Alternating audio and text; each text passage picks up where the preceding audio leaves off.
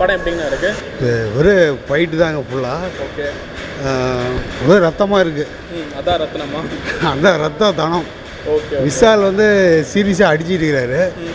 ஆனால் நமக்குலாம் சிரிப்பு தான் வருது.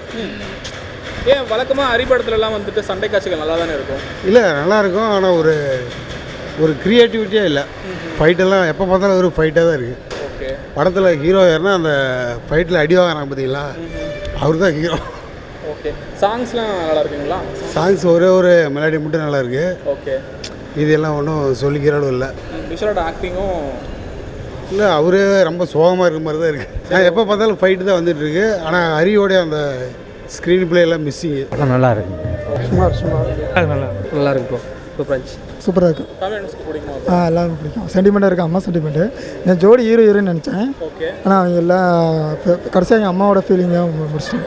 படம் சூப்பராக இருக்குது. சூப்பராக இருந்துச்சு. அரை டைரக்ஷன் எப்பவுமே சூப்பராக தான் இருக்கும். நல்லா இருக்கும். நல்லா இருக்குண்ணா.